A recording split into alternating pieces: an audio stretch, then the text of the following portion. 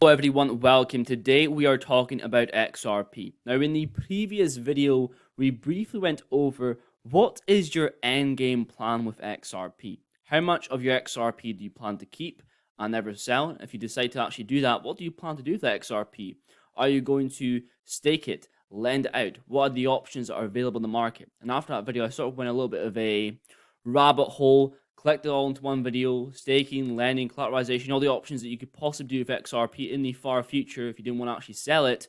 So that is what today's video is mainly about. A lot of info in today's video. Really appreciate it if you leave a like down below. It helps the video get pushed out there. And let's get straight into things. So the main method that we know is staking with centralized exchanges, right? We know XRP runs on the XRP ledger, which relies on a consensus protocol to verify transactions and create new blocks. So you cannot stake XRP, right? It's not a proof of stake blockchain, but you can lend your XRP out to third parties, centralized exchanges like Nexo, and an interest on that. I'm personally not a fan of this. You know the saying, not your keys, not your crypto, and the percentage rates are just not enticing enough for me to actually participate in this. I'd rather just keep it on self-custody and own my XRP. So this for me is off the charts. I will not be participating in this now or in the future.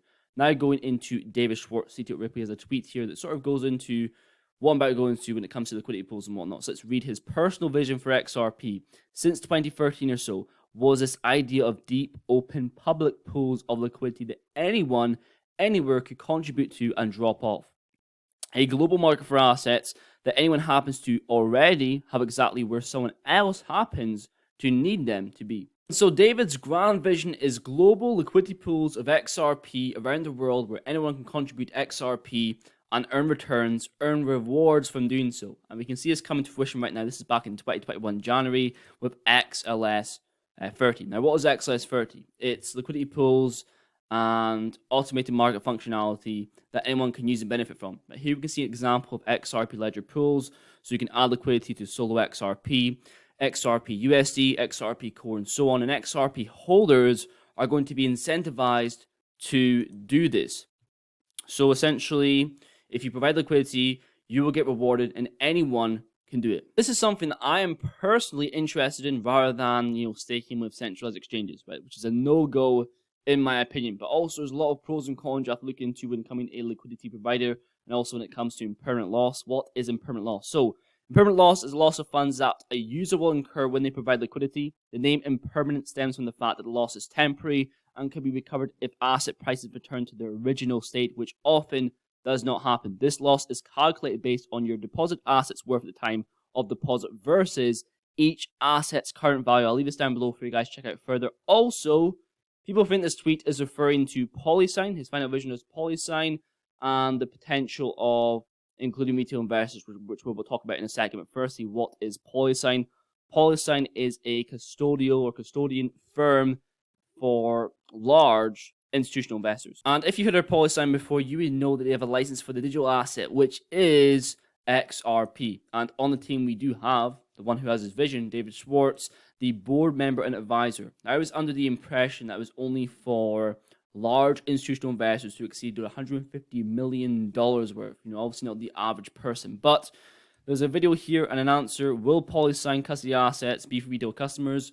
No, but he leaves an answer which some people in the future, with XRP increasing in price, could qualify for.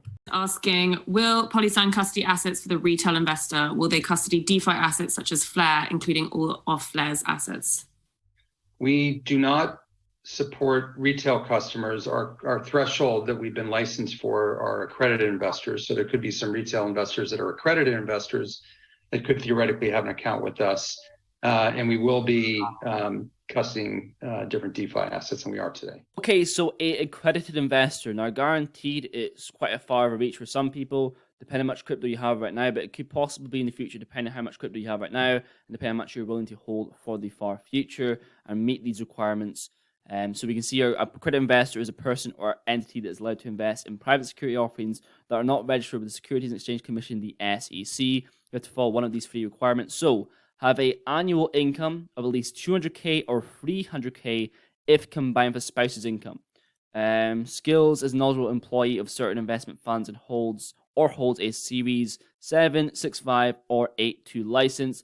net worth. This is the main one that people are looking at, right? A net worth of $1 million or more, either individually or together with a spouse, but excluding the value of the primary residence. I've seen certain articles, this is actually going to go up in value from $1 million to I think $10 million when the article said.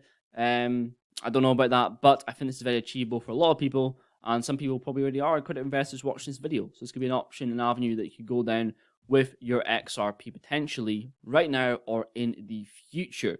I've also seen people say that financial institutions and banks are positioning themselves to do the exact same. I struggle to agree with that when it comes to banks. So look at banks, they're essentially lenders, right? They take money from depositors, borrow that money, and compensate them with a certain interest rate, right? And they charge a higher interest rate on the borrowers and make money from that interest rate spread. They profit all that. For example, a bank pays a 1% annual percentage yield on cash in a savings account. Customers who get auto loans to buy new cars pay 6.27% APR on average. That means the bank earns theoretically 5.2% on those funds. We can see here in savings account, the annual average APY is 0.23%, and on average, I think they make around 8.76%. So, for example, if you think about the legacy banking system, the most valuable asset is fiat, and if they're offering that percentage, that rate, why would they offer more for XRP? Even if I am wrong, and this does come into place with banks wanting your XRP, I believe it'd be only for credit investors only, right? Not for the average retail investor. That's what I personally believe. I don't believe it will even come to fruition. That's just my personal opinion, though. Now, swiftly moving on to Collateral. This has been a thing that's been around for a while. Borrowing money using XRP. We showed this tweet in yesterday's video.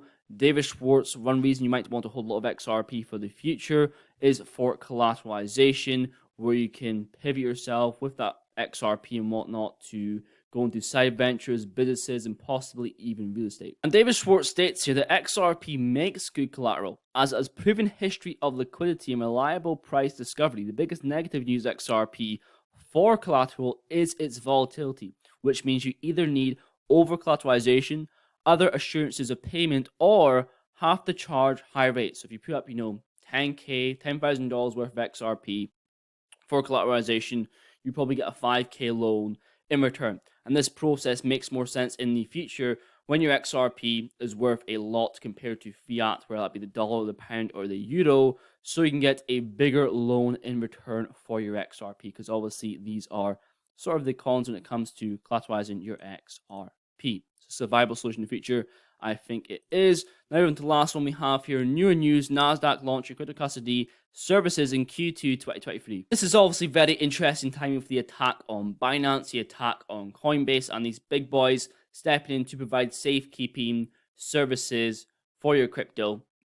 We saw back in Q4 2022 BNY Mellon, Fidelity, BNP Paribas, the French giant. We know there's many, many more to come in 2023. So let me know down below, would you use any of these services when it comes to lending, staking your XRP, whatever you want to call it, or are you just going to keep it in self-custody? I'm very interested in your opinions down below, but made this far in the video. Thank you very much for watching. Please leave a like down below, and I will see you guys in the next one.